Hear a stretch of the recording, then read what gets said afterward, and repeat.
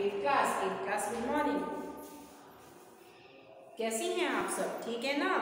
Okay बेटा आज हम फिर से फोर्स एंड प्रेशर को आगे ही करेंगे। कल हमने चैप्टर स्टार्ट किया था फोर्स एंड प्रेशर का। ओके बेटा, आज हम फोर्स एंड प्रेशर आगे देखेंगे पेज नंबर 131 पे, फोर्स एंड प्रेशर। ओके बच्चा, अब आएंगे हम page number 132, page number 132, force and pressure. Let us consider some more examples in a game of volleyball. Volleyball वगैरह के गेम्स के एग्जांपल्स बताए थे मैंने कुछ। कल हमने रीड किया था कि वॉलीबॉल को अगर हम डालते हैं या फिर बैट्समैन डालते हैं बॉल को, तो जब बैटमैन बैट को हिट करता है तो बॉल पे फोर्स लगता है और उसकी फोर्स लगने से उसकी डायरेक्शन भी चेंज हो जाती है। ओके बेटा, change it states in motion, motion में भी चेंज हो जाता है और उसके change in the object, change in the state of the motion of an object, motion में चेंज हो जाता है, कोई एकदम धीरे हो जाता है या फिर तेज हो जाता है। Okay, force can change the shape of an object. Force 11.5, force can change the shape of an object. Force क्या कर देती हैं? ऑब्जेक्ट की शेप को चेंज कर देती हैं।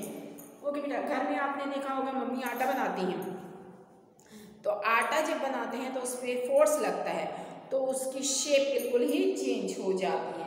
जब आप साइकिल चलाते हैं और सीट पे बैठते हैं तो आपकी फोर्स लगती है उस सीट पे, तो फोर्स की उसमें चेंज आ जाता है।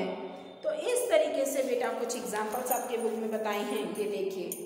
ये देखिए मम्मी आटा बनाती है तो उसकी शेप चेंज हो जाती है। साइकिल पे सीट पे बैठते हो तब आपकी चेंज हो जाती है। इस तरीके से डिफरेंट रबड़ बैंड को खींचते हो तो शेप चेंज हो जाती है। थर्ड पॉइंट रबड़ बैंड का है। रबड़ बैंड वैसे इतनी सी होगी लेकिन जब आप उसे खींचोगे तो उसकी शेप चेंज हो जाती है। और plastic metal scales between two bricks के अंदर एक प्लास्टिक स्केल रखिए, उसके ऊपर कुछ रखेंगे तो उसकी फिर से शेप चेंज हो जाती है। तो ये कुछ एग्जांपल्स आपको बताए गए थे कि किस तरीके से शेप्स चेंज हो जाएगी। ओके बेटा, let us next, what do you conclude from the observation noted in table 11.2। 11.2 में आपने कुछ कंक्लूजन मैंने अभी बताए हैं कि मम्मी आटा बनाती है, आप सीट पे बैठते हो, रबड़ को खींचते हो या फिर प्लास्टिक का स्केल लेके उसके ऊपर कुछ रखोगे तो उसमें कुछ चेंजेस आ जाते हैं।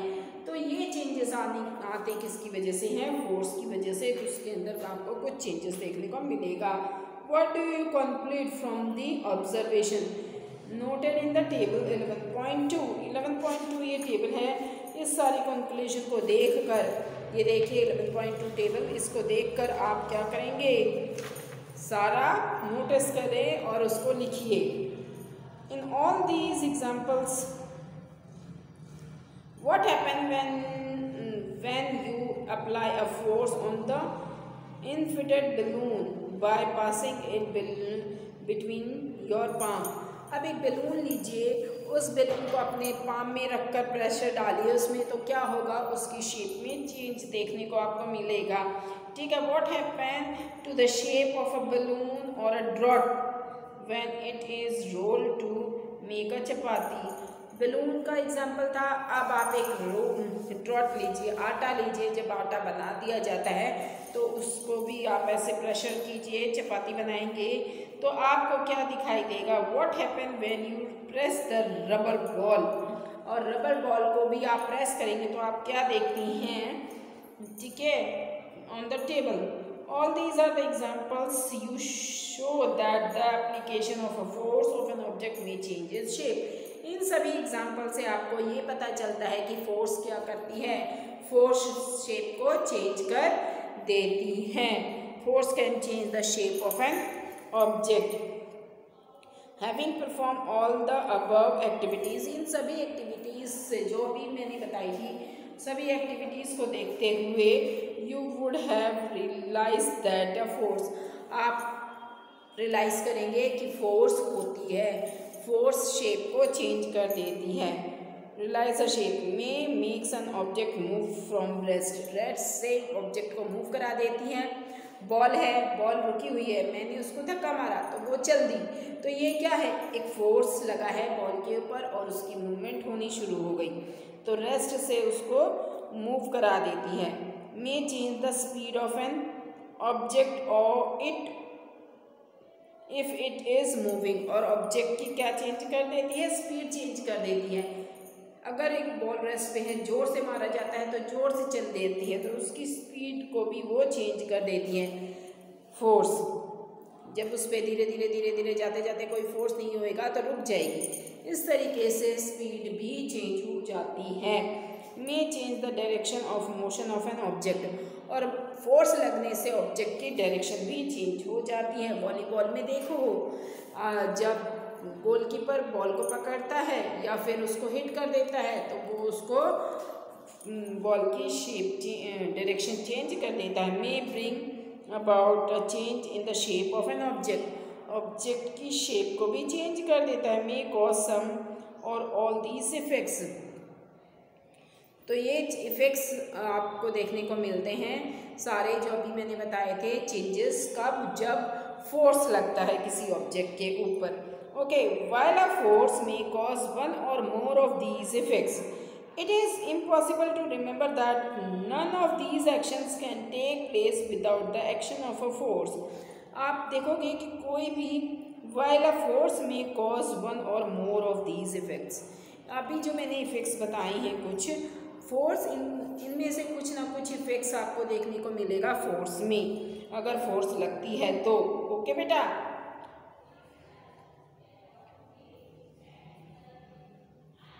it is important to remember that none of these actions can take place without the action of a force.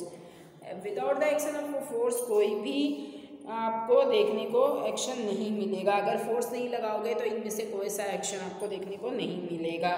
Thus an object cannot move by itself, और आप ये देखते हो कि ऑब्जेक्ट, कोई भी ऑब्जेक्ट अपने आप मूव नहीं करेगा, वो रेस्ट पोजीशन पर ही रहेगा। नॉन लिविंग थिंग्स के बारे में है, नॉन लिविंग थिंग्स अगर हैं तो वो रेस्ट पर ही रहेंगी। जब तक रेस्ट पर रहेंगी जब तक आप उसमें कोई फोर्स नहीं लगाते।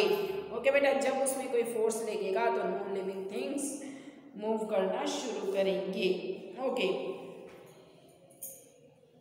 It is cannot change the direction by itself and its shape cannot change by itself, ना ही वो अपनी शेप चेंज कर सकते हैं, ना ही वो अपनी पोजीशन चेंज कर सकते हैं। ओके, कॉन्टैक्ट फोर्स 11.6, अब हम कॉन्टैक्ट फोर्स के बारे में पढ़ते हैं। कॉन्टैक्ट फोर्स किसे कहा जाता है, let's see. Muscles contact force के अंदर जो एक दूसरे के कॉन्टैक्ट में आने से फोर्स होता है, जैसे एक दूसरे के संपर्क में आने से जो फोर्स लगता है उस फोर्स को हम बोलते हैं कॉन्टैक्ट फोर्स। तो कॉन्टैक्ट फोर्स में सब पार्ट 1 है muscular force. Okay, can you push और pull a book lying on a table without touching it, कोई बुक अगर टेबल पे रखी है उसको बिना छुए बिना टच किए आप इधर से उधर कर सकते हैं क्या, नहीं।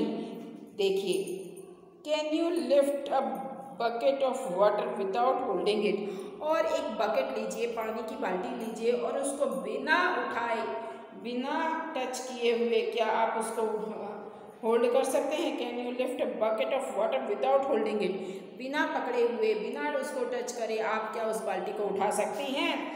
Okay, generally to apply a force on an object, आज से इन चीज़ों से आपको ये पता चलता है बेटा कि जब तक कोई मूवमेंट नहीं होगी, जब तक आप उसके अंदर कोई फोर्स नहीं लगाएंगे। फोर्स लगेगा जब ही कोई ऑब्जेक्ट इधर से उधर मूवमेंट करता है, विदाउट अ फोर्स कोई ऑब्जेक्ट मूव नहीं कर पाता।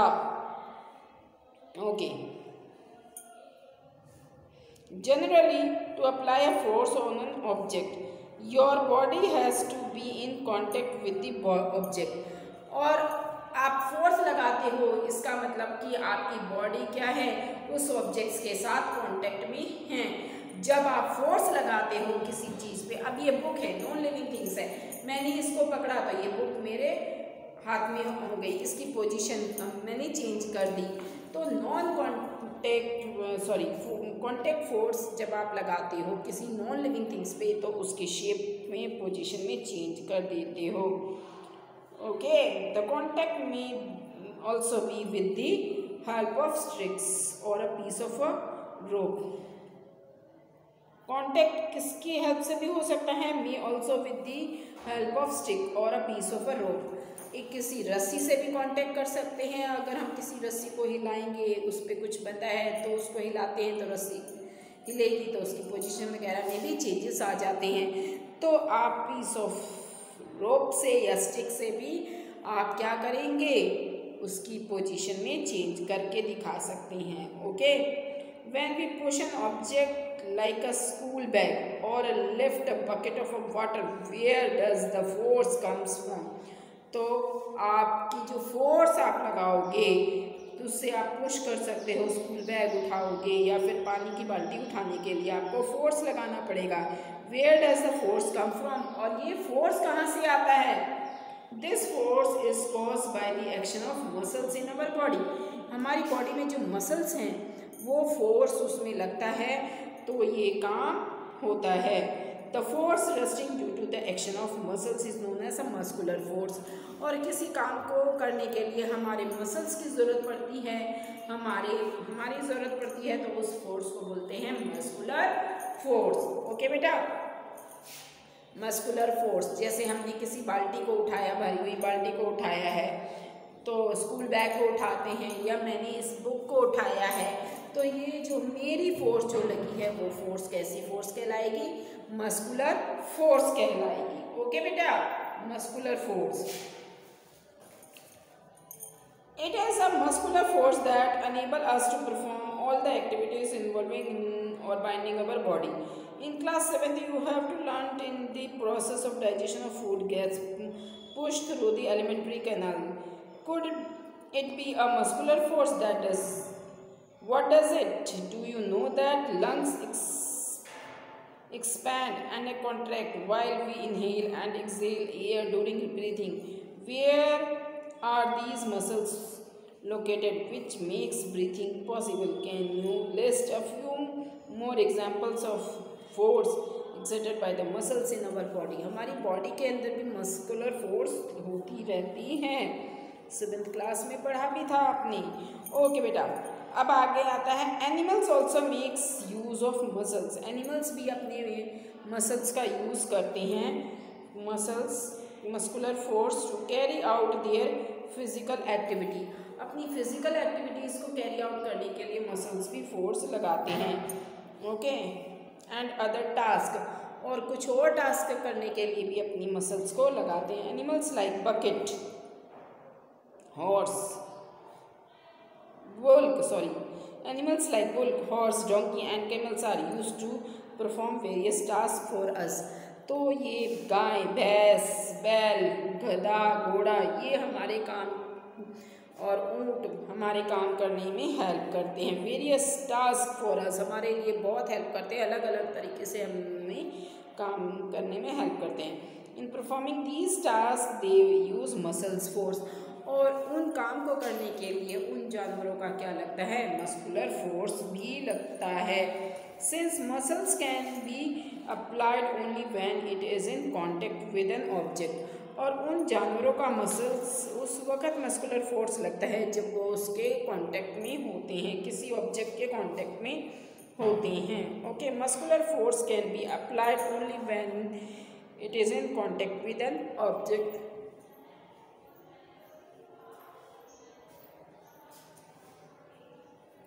ओके बेटा, तो इन जानवरों का मस्कुलर फोर्स कब लगता है? जब वो किसी ऑब्जेक्ट के कांटेक्ट में आते हैं. It is also called a contact force. इस फोर्स को हम कांटेक्ट फोर्स भी कहते हैं क्योंकि वो किसी के कांटेक्ट में आने के बाद आपको वो फोर्स मिलता है. That is why it is called contact force और a muscular force. Are these type of contact force?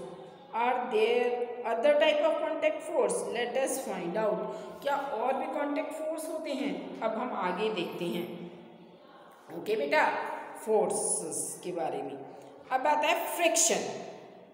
तो कांटेक्ट फोर्स क्या होता है बेटा? कांटेक्ट फोर्स अभी हमने सारा रीड करा, देखा, तो उससे हमें ये पता चला कि कॉन्टैक्ट फोर्स वो फोर्स क्या होता है जो एक दूसरे के संपर्क में आने से लगता है। ओके, एक दूसरे के कॉन्टैक्ट में आने से लगता है। This type of force is known as a contact force.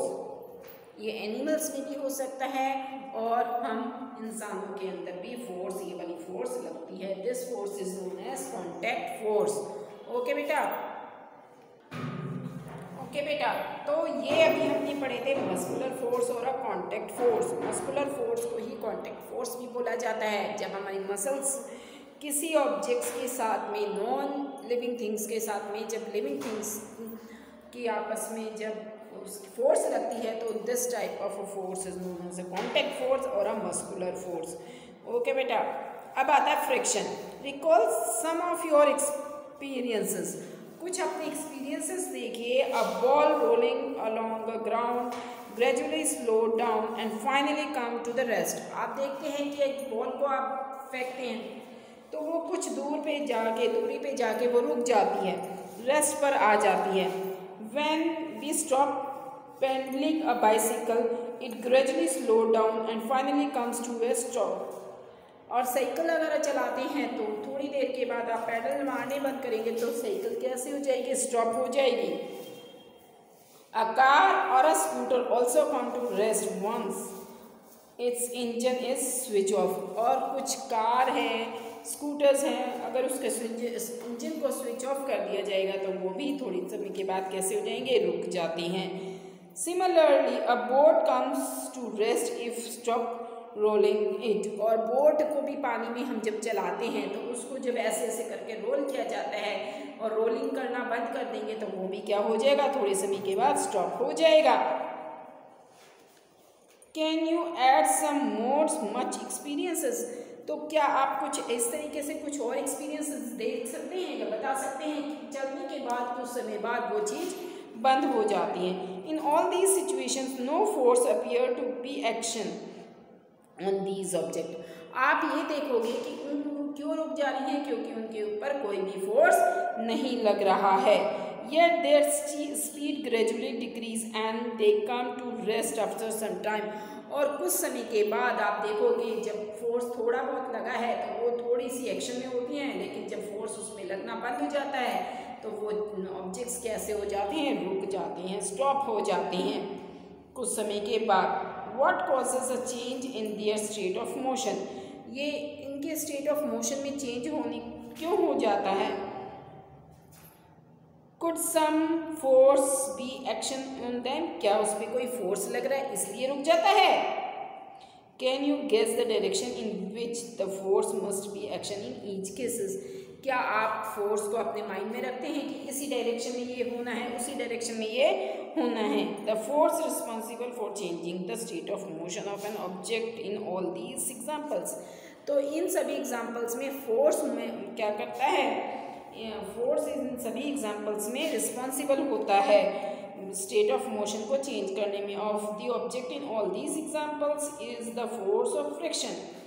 जब फोर्स ऑफ फ्रिक्शन होने की वजह से ऑब्जेक्ट्स कैसे हो जाते हैं? रिस्पॉन्सिबल हो जाते हैं स्टेट ऑफ मोशन में। फोर्स ऑफ फ्रिक्शन होने की वजह से ऑब्जेक्ट की मोशन चेंज हो जाती है। It is force of friction between the surface of the ball and the ground that brings to move ball to rest. और बॉल से जब बॉल मूवमेंट करती है फर्श के ऊपर, फ्लोर के ऊपर, ग्राउंड पे, जब एक बॉल मूव कर रही है और वो कुछ समय के बाद जाके रुक जाती है, तो क्यों रुकती है? क्योंकि उस ग्राउंड के अंदर, उस फ्लोर में फोर्स ऑफ, उसमें भी एक फ्रिक्शन लगता है। ओके, एक क्या है? ऑब्जेक्ट्स फ्रिक्शन, सरफेस के बीच में फ्रिक्शन लगता है ग्राउंड के बीच में, जो उस बॉल को रेस्ट पर ला देती हैं। तो फ्रिक्शन की वजह से ऑब्जेक्ट क्या है? रुक जाती हैं। ऑब्जेक्ट है रुक जाती है। Similarly friction between water and the boat brings it to stop once you move rolling. और जैसे बोट है वो भी पानी में चल रही है, लेकिन कुछ फ्रिक्शन की वजह से वो फिर पानी में चलते चलते रुक जाती हैं। The force of friction always act on all the moving object। सभी मूविंग ऑब्जेक्ट में क्या लगता है, फोर्स ऑफ फ्रिक्शन लगता है। ठीक है, फोर्स ऑफ फ्रिक्शन लगने की वजह से ऑब्जेक्ट्स कैसे हो जाते हैं, रुक जाते हैं, मूवमेंट करने उनमें बंद कर देती हैं फोर्स ऑफ फ्रिक्शन की वजह से। ओके बेटा, फोर्स ऑफ फ्रिक्शन की वजह से ऑब्जेक्ट्स की मूवमेंट रुक जाती है, उसकी डायरेक्शन चेंज हो जाती है। Since the force of friction arise due to the contact between surface, contact between surface, it is also an example of contact force. तो फोर्स ऑफ फ्रिक्शन, दो ऑब्जेक्ट्स में आपस में कांटेक्ट आता है तो ही फ्रिक्शन प्रोड्यूस होता है। You will learn more about the force in chapter 12. 12 chapter में हम फोर्स के बारे में आगे और भी ज़्यादा पढ़ते चले जाएंगे। You may be wondering whether it is essential for the agent applying force on the object to be always in contact with it. Let us find out. अब हम फाइंड आउट करते हैं कि किस तरीके से चेंजेस आ रही हैं, किस तरीके की फोर्सेस अप्लाई की जा रही हैं ऑब्जेक्ट्स में। तो हम आगे और इसको डीपली पढ़ते चले जाएंगे। इसके बाद है मैग्नेटिक फोर्स बेटा। ओके बेटा, magnetic force. Take a pair of a bar magnet, place the longer side of one of the magnet over 3 round shapes pencils or wooden rubber as shown in the figure 11.10. Now bring one end of the other magnet near the end of the magnet placed on the roller. Make sure that the two magnets do not touch each other. आप एक magnet रखिए, उसके नीचे 3 ये देखिए pencils रखी हुई हैं, यहाँ पे ये देखिए 3 पेंसिल रखी हुई हैं और दूसरा मैग्नेट उसके कांटेक्ट में लेके आने के लिए make sure that 2 magnets do not touch each other. दूसरा मैग्नेट उसके पास लेके आए, लेकिन आप उसको श्योर रखिए कि टच नहीं होंगे ये आपस में। ठीक है, next bring to the other end of the magnet near the same end of the magnet place to the roller. Roller के पास लाकर एक सेम एंड वाले मैग्नेट को रखिए, फिर नेक्स्ट टाइम उस दूसरे एंड को रखिए। Another magnet brought near it. देखिए एक मैग्नेट का एंड बिल्कुल सेम है दोनों और दूसरी तरफ दूसरा एंड डिफरेंट का है उसके।